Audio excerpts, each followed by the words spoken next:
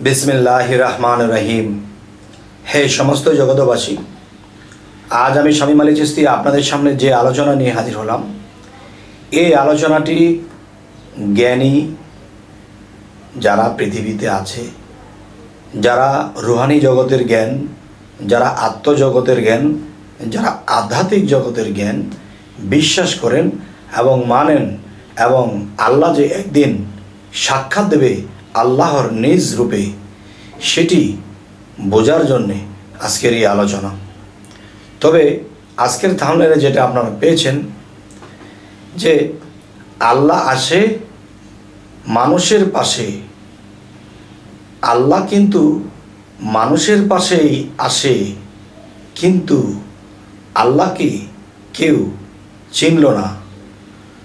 আর আল্লাহকে না চিনিয়া কি অবস্থা করে সেই বিষয়গুলো আমরা বুঝব। তবে জ্ঞানী চতুর যারা, তারা কিন্তু চিনে ফেলে যে হ্যাঁ, আল্লাহ তো বলেছে আমি সর্বময় বিরাজিত, কিন্তু তিনি সর্বময় কিভাবে বিরাজিত থাকে এবং কোথায় কিভাবে আসে। যে কোনো ভক্ত আল্লাহকে ডেকেছে, হে আল্লাহ, আল্লাহকে যখন ডাকে তখন আল্লাহ কিন্তু ডাকে সম্মুখ দেয়। আমাদের সেই চর্মের কান বন্ধ করা আছে, শুনি না। আল্লাহ কিন্তু আমাদের সামনে আসে, আমাদের চর্ম চোখে তা দেখি না, কিন্তু চর্ম চোখে দেখার মতো জ্ঞানও আল্লাহ দিয়ে রেখেছে, কিন্তু মানুষ সেই পর্যন্ত বোঝার চেষ্টা করে না। একটা কথাই শুধু বলে কি, যে আল্লাহ নিরাকার, আল্লাহকে দেখা যায় না, আল্লাহর কোনো আকার নেই। নাউজুবিল্লাহ। আল্লাহকে যদি আমি এই কথা বলে থাকি যে হে আল্লাহ তোমার আকার নেই, তখন কি হবে? আল্লাহকে ছোট করা হবে। সেটি কেমন? আল্লাহ কি বলেছে?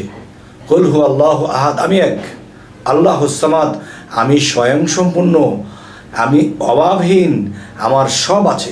তো আল্লাহ যদি বলে আমার সব আছে, আর আমি যদি না বুঝে বলি আল্লাহর আকার নেই, তাহলে আল্লাহর আকারের অভাব আর এই কথাটার জবাব দিতে হবে একদিন সেই পরকালে। তবে সমস্ত কিছু বলা সম্ভব নয়, এমন কিছু বলার চেষ্টা করব যে আল্লাহ মানুষের পাশে কিভাবে আসে, ডাকলেও আসে, না ডাকলেও আসে। প্রেমিক ও জ্ঞানী চতুর লোকে তাদের চোখে ভাসে এবং তারা দেখতে পারে এবং আল্লাহর সেবাও তারা করে দিতে পারে। সুবহানাল্লাহ। সেটি কেমন করে? অবিশ্বাস করার মতো, না মানার মতো এমন কথা নয়, অবশ্যই মানতে হবে। জ্ঞানী গুণী কয়। তাই শামীম আলী যেটুকুই তার বুঝে ধরে অতটুকুই বলে যায়। যেমন একটি বিষয় হলো, দেখুন যে মানুষ আল্লাহর কাছে অনেক সময় অনেক কিছু চেয়ে থাকে, যা কিছু চাইলো তা কিন্তু সে পাইবার যোগ্যতা নেই। একটা সংসারে 5টা সন্তান থাকলে কোনো সন্তানকে বাবা মা দিচ্ছে, বাবা তুমি এটা নেও, ওটা দিয়ে এটা করো, বাবা আমি এটা নেব না, আমি পারবো না। সে পারবে, নিচ্ছে না। সেটা যোগ্য, সেটা নিচ্ছে না। আর যে অযোগ্য সে শুধু চাইতেছে, তার মানে তাকে যদি দেওয়া হয় সেটাকে নষ্ট করবে। আচ্ছা, তাহলে বাবা মাও কিন্তু জানে কাকে কি কোনটা দিলে কি হবে ভালো মন্দ। তাহলে আল্লাহ তো অগ্রিম সবই জানেন। তখন কোনো বান্দা যখন চোখের জলে আল্লাহর সাধনা করে আল্লাহকে ডাকে, যখন সেই বান্দা নিজের কোনো কিছু প্রয়োজন মনে করে, তখন দেখা যায় যে সেই প্রয়োজন মেটাতে আল্লাহ যে তাকে কিছু দেবে, কিন্তু আল্লাহ তাকে দিচ্ছে না। সে তো চাচ্ছে, এটা পাওয়ার যোগ্যতা তার নেই। তারপরেও কিন্তু আল্লাহ তার ডাক শুনে সন্তুষ্ট হয়ে আসে, বেশির জায়গায় কম হলেও দেয়। আর সেই মানুষগুলো শরীয়তের মধ্যেই বেশি, আর তরিকতের মধ্যে কম। কারণ তরিকতের মানুষে আকার নিরাকার দুইটাই বোঝে, কিন্তু শরীয়তের মানুষ আকারও বোঝে না, নিরাকারও বোঝে না। আচ্ছা, তো এখন আল্লাহ কি বলেছে? ওয়াল্লাযী খালাকাল মাউতা ওয়াল হায়াতা, যে আমি মানুষের মৃত্যু ও জীবন সৃষ্টি করিয়াছি পরীক্ষা করার জন্য, তোমাদের মধ্যে কে কর্মে উত্তম। হ্যাঁ, তবে এই জিনিসগুলো বোঝার আছে। দেখেন আপনি আল্লাহর কাছে চাইছেন, আল্লাহ তুমি আমাকে এটা দেও, আমাকে দেও। আল্লাহ দেওয়ার জন্য একটা শিশুর ভাব ধরে এসেছে, একটা শিশু এসেছে। শিশু বলতেছে যে তোমার জন্য দোয়া করব, তুমি আল্লাহর কাছে যেন কিছু চাইলে পাও। দেখো আমি এতিম, আমাকে দেখার কেউ নেই, আমি জন্মের পরে আমার বাবা মা মরে গেছে, আমাকে কেউ আদর করে না, তুমি কি আমাকে একটু আদর করবে, তুমি আমাকে কিছু খেতে দেবে? তখন সেই ব্যক্তিটি কি বলল? দূর হয়ে যা, দূর হয়ে যা, তারে সেবা করলে, তারে খাওয়াইলে আল্লাহ আমাকে দেবে, দূর হ। এই শিশুটিকে আলাকল্লি শাহিন কাদির, আবার কি বলা হয়েছে আলাকল্লি শাহিন মুহিত, আবার কি বলা হয়েছে যে আমি সর্বময় বিরাজিত, সব জায়গায় আছি। কোন রূপে আছে, কখন কিভাবে আছে? আল্লাহ সর্বশক্তিমান, তিনি যে কোনো জায়গায় যে কোনো রূপে থাকতে পারে। তখন এই এতিমের কথা কিন্তু আল্লাহ বলেছে কোরআনে, দুর্ভোগ সেই নামাজকারী, দুর্ভোগ সেই ইবাদতকারী যারা এতিমের গলা ধাক্কা দেয়। তাহলে এই লোকটি কি করলো?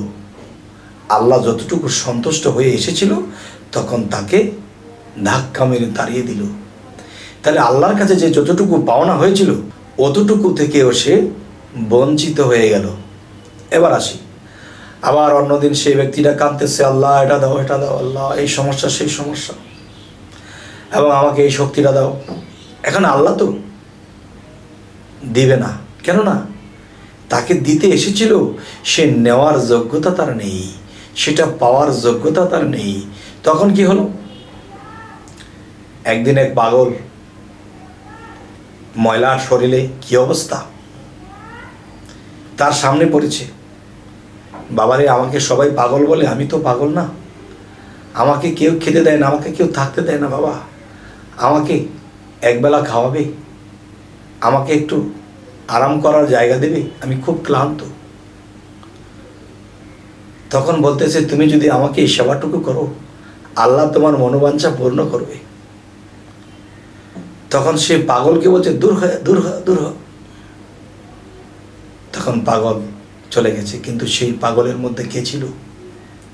ইয়া আল্লাহ, আল্লাহ ছিল। তখন আল্লাহ কি বলে, তোরা আমাকে ডাকিস, আমাকে চিনে নিতে পারলি না রে,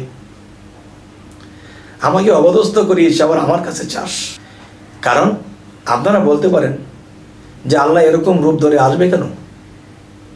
দেখেন আল্লাহই তো বলেছে, দুর্ভোগ সেই ইবাদতকারী যারা যারা ক্ষুধার্তকে খাদ্য দেয় না, এতিমকে গলা ধাক্কা দিয়ে দেয়, আল্লাহই তো কোরআনে বলেছে। তাহলে আল্লাহর কোরআনকেও মানলাম না, আল্লাহকেও মানলাম না, তবে বুঝবো কি করে তারা যে আল্লাহ? আল্লাহ বলেছে কোনো এতিমকে সেবা করো, আমি সেই সেবা পাবো। কোনো অসুস্থ, কোনো পথহারা মানুষকে তোমরা আশ্রয় দাও, তাকে পথ দেখিয়ে দাও, তবেই তোমরা আমার সেবাই করা হবে। কিন্তু এই জিনিসগুলো না বোঝার কারণে আমরা কিন্তু আজ এই অবস্থা। তবে হে সমস্ত জগতবাসী, আজকে আলোচনাটি আপনাদের কি বোঝানো হলো, কি বুঝলেন, অবশ্যই কমেন্টে জানাবেন, এবং সামনে কি ধরনের আলোচনা চাইছেন তাও জানাবেন। তো আমাদের চ্যানেলটিকে লাইক দিবেন, শেয়ার দেবেন, এটাই তো, আর কি করবেন। সকলে ভালো থাকবেন। আল্লাহ হাফিজ।